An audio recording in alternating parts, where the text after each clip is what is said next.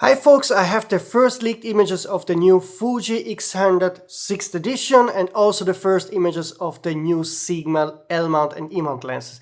Let's kick off with the new Fujifilm X106. Fuji rumors leaked the first images and you can see them here, and it looks exactly like the predecessor with two small exceptions. The focal plane mark is now in a different position and the red marking from the older camera is now gone. The major changes are inside the camera. Fuji Rumors spilled out all the info about this camera, so you can read it on fujirumors.com. The most important change is of course the sensor. It uses the 40 megapixel sensor that Fuji already uses on other cameras, so we know about the performance.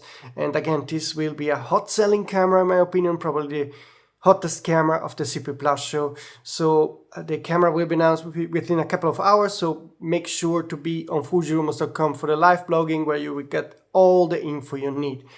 Let's move on to the new Sigma lenses. Here you have the first image of the Sigma 50mm 1.4 diagonal fisheye lens, and you will quickly notice that it looks nearly exactly like the 40mm 1.4 from Sigma. So the housing and the body is the same.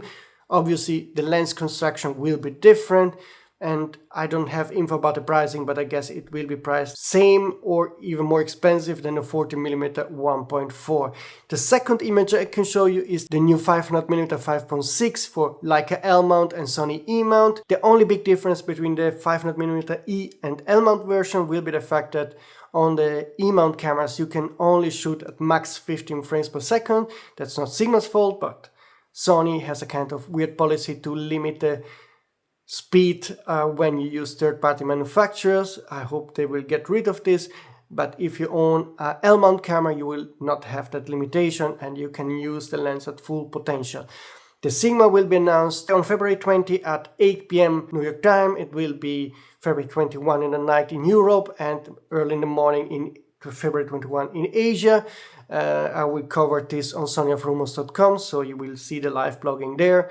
That's it. I think that's the big stuff coming for the CP Plus show. There will be also a new Ricoh GR camera, so that's probably also going to be exciting. But I think overall Fuji will have the full spotlight at the CP Plus show, and then there will be many smaller announcements, but the bigger announcement from Sony, Canon, Nikon are coming later, probably starting from mid-spring or late spring, and then we can see them finally announcing some of their major new gear.